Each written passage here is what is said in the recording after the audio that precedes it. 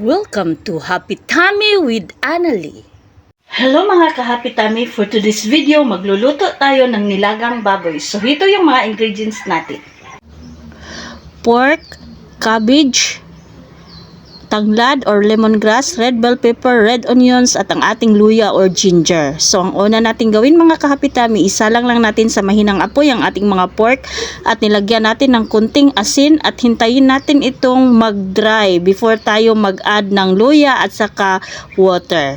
So hintayin lang muna nating mag-dry ito mga ka-Happy Tummy. Ukay-ukayin, ihalo-halo natin hanggang sa mag-dry siya.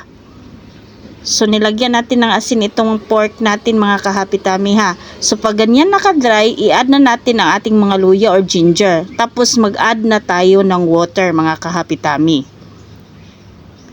Kumusta pala kayong lahat mga ka-Happy Tummy? Tapos pag na-add na natin ang ating water, takpan natin ang ating kawali mga ka-Happy Tummy at hintayin nating maging malambot yung pork natin.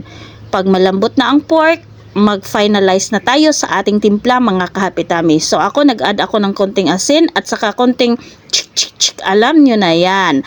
Tapos pag okay na yung pork natin, luto na, i-add na natin ang mga red onions at red bell pepper, pati na rin yung lemongrass at ang ating mga cabbage mga ka-Happy Tummy. So yan tapos hintayin lang natin ng mga few minutes. After few minutes, ito na ang ating nilagang baboy mga ka-Happy Tummy. Gutom na. Thank you for watching.